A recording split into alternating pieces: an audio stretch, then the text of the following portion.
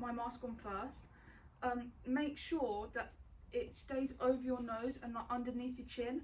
So if you've got quite a small face or whatever, you can tie your mask up like that. It just makes sure it's more secure. And also the lady said instead of pinching it at the top, which I think I used to do anyway before she told me, and it can create like a sore like across your nose, you would just like press it down here, and it prevents like any soreness, and it's a bit safer than just like pinching here. Across the whole, like yeah. that. Basically across the whole lot, and it's more comfortable if you're wearing it for a long time. So wear your mask before you go into a client's house. Also put on your visor before you go in. I haven't taken the film off this, but this is just so it's safe, like before you go into the house. So when you get into the house, I would probably log in first. Don't touch anything other than your phone. Log in, put that straight down, go in and wash your hands. Do your hand washing for 20 seconds. Dry, but I do understand some houses, they don't have like the pushy soap, they have like the bar of soap, and I think it's better if you use anti-bac gel if they've got the bar of soap, because I don't think bars of soap is that safe, to be honest. So after you've washed your hands and everything, put your apron on. So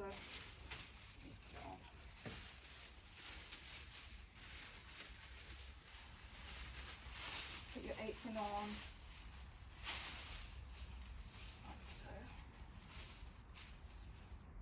And she did say, the lady, that this is the most contaminated area that you will like have. Your shoulders aren't, they won't get so contaminated by speaking to someone.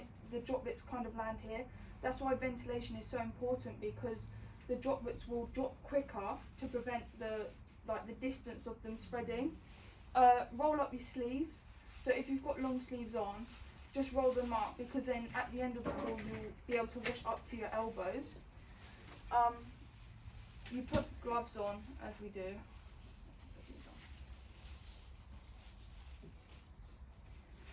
When you're doing a call, so if you finish personal care and you're having to go from, I don't know, a bedroom to a kitchen or a lounge to a kitchen, take off your apron and you like, how do I explain this?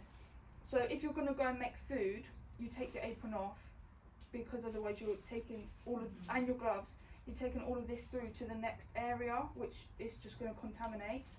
So taking your PPE off, you take off your gloves off first. There's two ways you can do this. You can either pinch from the middle and take off like this, and then get your fingers underneath and fold it over.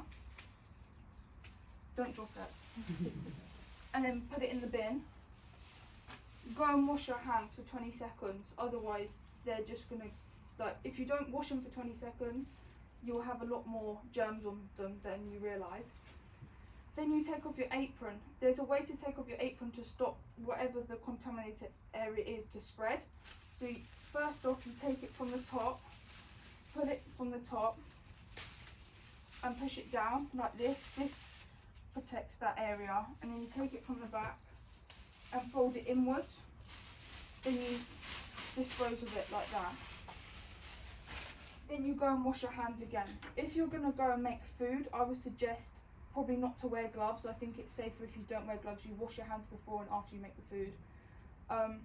And then when you're leaving the call, obviously you touch your phone and everything. So I would, if I know I've done everything that I could possibly do, and you're at the end writing notes, doing tick list, log out, go outside. I would anti-bac my hands as well, because your phone carries germs as well. Take off your visors when you're outside the house. Then anti-bac your hands again for 20 seconds, make sure it's for 20 seconds. Then with your mask, if you know you're not going to need a drink or touch your face, you can keep it on for sessional use. But if you're going to like touch your face or pull it down underneath your chin, you need to take it off and don't use it again, because then that whole area is contaminated. So to take off your mask, I know I used to take it off like by one ear, but you should actually take it off by two and just dispose of it, because if you take it off by one, all the contaminated area here, it will just all fling off onto the floor. So Or- safe. No, you might actually get wipe it across your Yeah, face. or wipe as it well. across your face. That's why you shouldn't put it down underneath your chin either, because COVID can get through nose, eyes, mouth. And then anti-bac your hands again. With shoe covers, I would take them off as soon as I get out the house, and then anti-bac my hands, then do my visor, and then if I need a drink or something, take my mask off, anti-bac. But if you can keep your mask on, it's probably safer. But it depends, of course, how long your shift is, and if it's damp or if it's not in good use, it's safer to take off and use a new mask. But that's probably the process of how you put on PPE and take it off. Fantastic. Any questions? That was really good.